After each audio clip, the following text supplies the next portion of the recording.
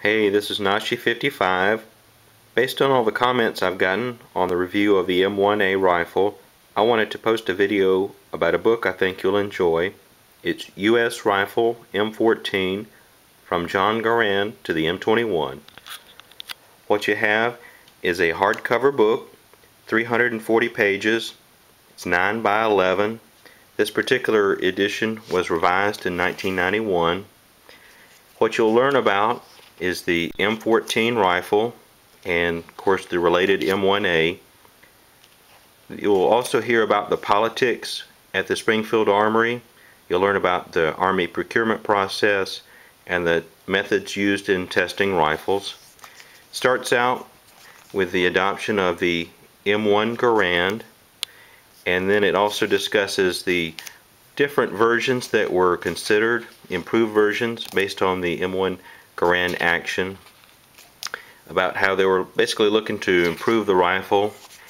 Covers the different prototypes of other rifles that were developed at the Springfield Armory, those that were pretty conservative and others that were maybe a little more radical for the Springfield Armory and the Army at the time.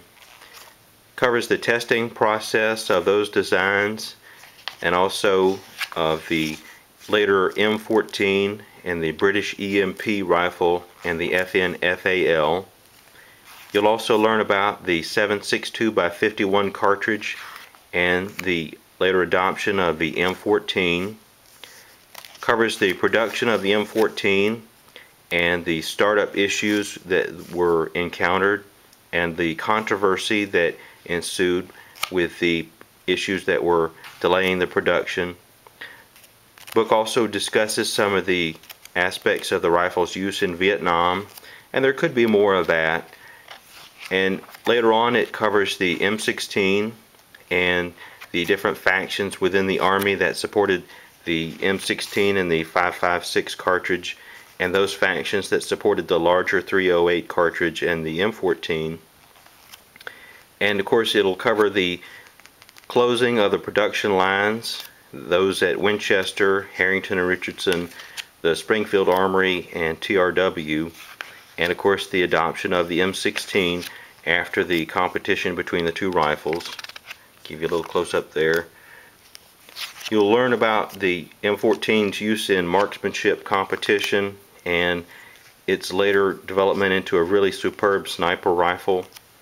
This book does have a lot of good photos, as you can see. Has a lot of good drawings, and I think you'd really enjoy it.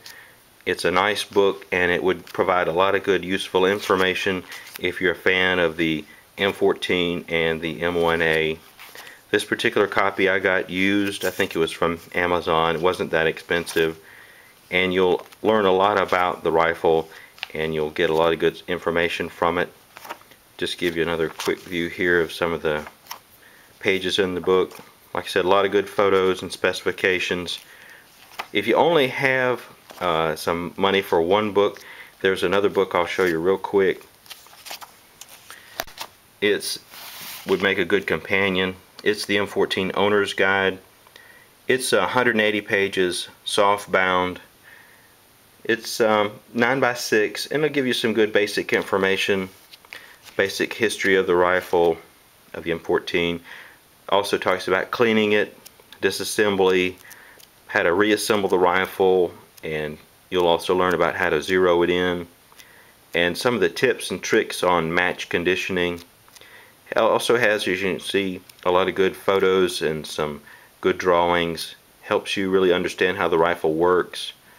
Like I said, it's a good companion to the U.S. Rifle M14. If you have only money for one, maybe you can just get the smaller version here. You could probably find it a little bit cheaper.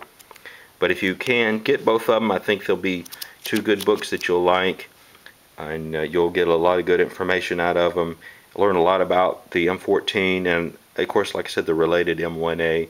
They'll be good books for you to have and keep as a good reference from now on. So this is Nashi55 signing off.